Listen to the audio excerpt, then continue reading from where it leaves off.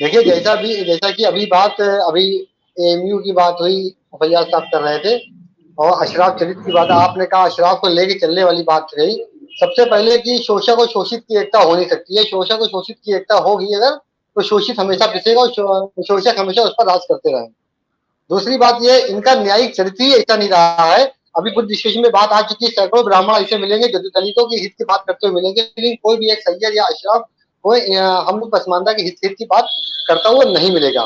तीसरी बात यह है कि जो माइनॉरिटी इंस्टीट्यूट जो कि सब्जेक्ट हमारा है इस बहस का, जो माइनॉरिटी इंस्टीट्यूट जिसमें आर्टिकल 29-30 के तहत जिन्हें अधिकार मिले हुए हैं, जिन अधिकारियों को मिसयूज करके अपना सत्ता वर्चस्व अपने मेंटेन किए हुए हैं ये माइनॉरिटी इंस्टीट्यूट में, तो उनमें जो चाहते हैं कर सकते हैं, उनमें भी आज तक भी इन्होंने पसमानदा को कोई हिस्सेदारी के लिए कदम नहीं बढ़ाया है। जैसे कि फैयाज साहब ने कहा, एएमयू में 50% रिजर्वेशन केवल इंटरनल रिजर्वेशन है, 50%, और हैंडीकैप के तमाम किस्म के और ओल्ड बॉयज एसोसिएशन का रिजर्वेशन है। मतलब ऐसा पूरा सिस्टम बनाया हुआ है ताकि उनके बच्चे के बच्चे आते रहे, दूसरे लोगों की एंट्री ना हो सके। प्लस ऐसा हाव भाव शेरवानी का और टोपी का लुक बनाया हुआ, गैर मुस्लिम भी ना घुस पाए, तो ऐसा सिस्टम बनाया हुआ कि हम लोग वहां एंट्री ना हो सके।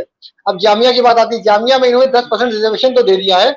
सुनने में आता है, लोग ऐसा बताते हैं कि जो हम ओबीसी का फॉर्म भर देते हैं तो हमें 10% वाला डाल दिया जाता है, जबकि होना यह चाहिए कि वहां 50% मुस्लिम के लिए सीटें आरक्षित हैं। पहले हमें 100% में कंपटीशन कराना चाहिए, फिर हमें 50% में लाना चाहिए, फिर हमें 10% में लाना चाहिए। ये डायरेक्ट हमें 10% में डाल देते हैं ताकि 10% तक की महदूद रखने को वहां प्रोग्राम चलाया करते हैं। अभी बीजेपी की बात हुई, बीजेपी और जैसे मिश्रा जी ने बताया, बीजेपी मुसलमानों में डाइवर्जन चाहती है, वोट पाने के लिए चाहती है, उसमें कोई डाउट नहीं है। लेकिन ये बात भी, जितने भी सामाजिक न्याय की रिपोर्ट अब तक की, साइमन कमीशन के बाद अब तक की आई है, सबने बात स्वीकार की है जिस तरह के हिंदू समाज में कई वर्ग विभाजित है, अलग अलग वर्गों की अलग अलग समस्याएं, अलग अलग वर्गों की अलग अलग स्थितियां हैं, और अलग अलग वर्गों को अलग अलग उठाने के लिए अलग अलग प्रयास किए जाने चाहिए। उसी तरीके मुसलमानों के भी हैं। मंडला एक कमेटी जिसमें एक भी मुसलमान नहीं था, उसने खुद बाकायदा 80 जातों को लगभग चिन्हित करके हमें आगे बढ़ाने के लिए प्रयास किया।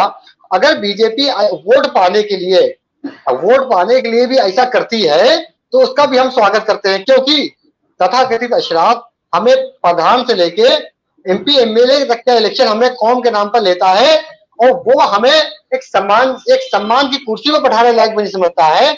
अगर बीजेपी हमें वोट की लालच में हमें कोई सम्मानजनक स्थिति में दे जाती है या हमें सम्मानजनक स्थिति का पद देती है, तो उसका भी हम स्वागत करते हैं।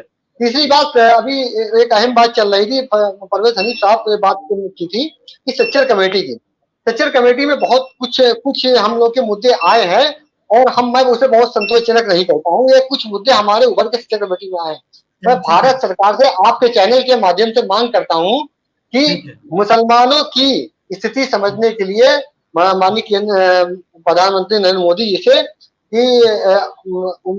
मांग करता हूँ कि मुसलमानों की जातिवार समस्याओं को जातिवार आकलन किया जाए, मुसलमानों को सारी जातों का अलग अलग आकलन किया जाए, उसके बाद एक ऐसी रिपोर्ट पेश की जाए जब मुसलमानों की समस्याओं का संपूर्ण समाधान मुमकिन है, अन्यथा ये मुमकिन नहीं है।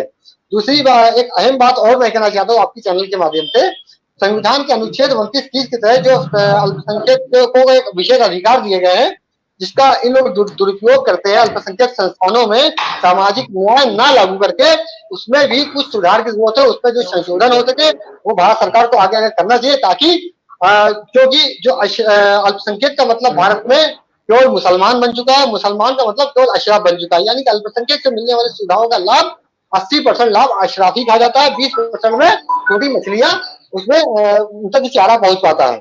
तो ये मैं भारत सरकार से आपके चैनल के माध्यम से मांग करता हूँ, और आप जैसे पत्रकारों से उम्मीद करता हूँ, आप जैसे मिश्रा जी जैसे पत्रकारों से उम्मीद करता हूँ, जिस तरीके से हिंदू समाज में आप लोग सोशल जस्टिस की बात करते हैं, उसी तरीके से मुस्लिम समाज में भी आप लोग सोशल जस्टिस की बात करेंगे, ताकि हमारा मुस्लिम पसमानदा विमर्श आगे बढ़ सके, मुस्लिम विमर्श जो सांप्रदायिक विमर्श है उसका खात्मा हो सके। धन्यवाद, बहुत बहुत धन्यवाद।